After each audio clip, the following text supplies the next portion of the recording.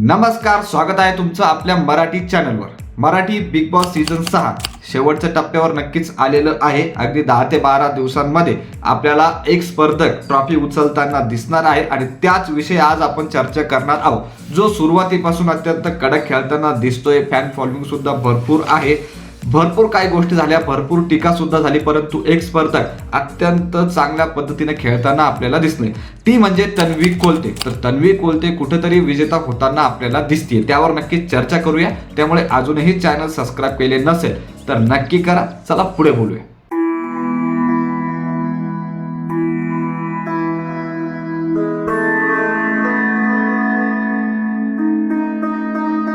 तर Marathi big boss season 6 आता शेवटच्या टप्प्यावर आलेला आहे. फक्त 7 स्पर्धक, आता 7 स्पर्धक आपल्याला खेळताना दिसत आहेत. त्यांची नावं सांगायची झाली तर दीपाली, त्यानंतर तन्वी, अनुश्री, राकेश, विशाल, रेवा आणि राखी.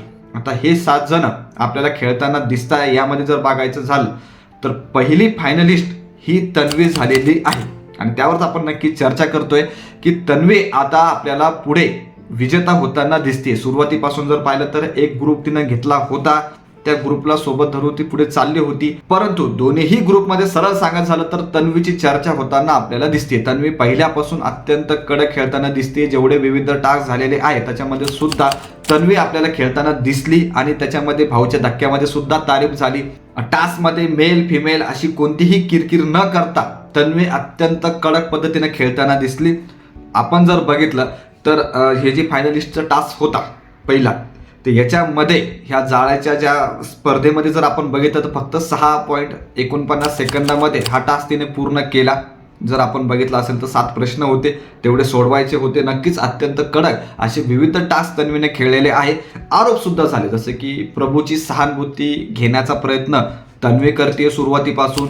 प्रभूची जे वोटिंग आहे ते स्वतः घेण्याची प्रयत्न तन्वी करते. तन्वी त्या पद्धतीनं प्रभूला वागवत नाही, अशा भरपूर टीका झाल्या. प्रत्येकाचा सहारा घेत तन्वी पुढे जाते, अशी सुद्धा टीकाला ती पुढे गेली. परंतु एक पद्धतीनं पाहिलं तर अत्यंत कडक तन्वी खेळताना दिसली आणि शेवटपर्यंत ग्राफ हा तोच ठेवलेला होता.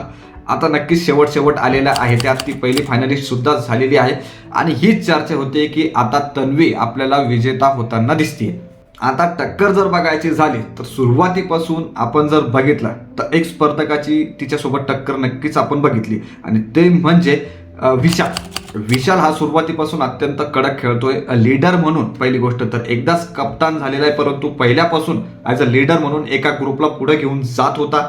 नक्कीच वेगवेगळ्या गोष्टी घडल्या, वेगवेगळ्या टीकेला तो सुद्धा समोर गेला. शेवटचं जर बघायचं झालं तर राकेश विषयी जी कमेंट, जी गोष्टी त्याने केली पर्सनल लाईफची, त्याच्यामुळे त्याला हा टास्क सुद्धा खेळण्यात मनाई झाली. सरळ हे जे आपण बघू शकतो की पहिली फायनलिस्टचा जो टास्क होता त्याच्यामध्ये त्याला खेळण्यात आलेलं नव्हतं. तो आता एलिमिनेशनमध्येच राहणार शेवटपर्यंत.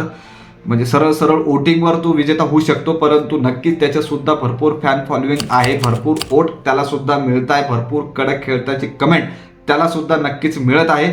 तर ह्या दोघांमध्ये टक्कर आपल्याला दिसू शकते. नक्कीच 2 हात आपण जे म्हणतो ते नक्कीच हे आपल्याला दिसू शकतात, तन्वी आणि विशाल.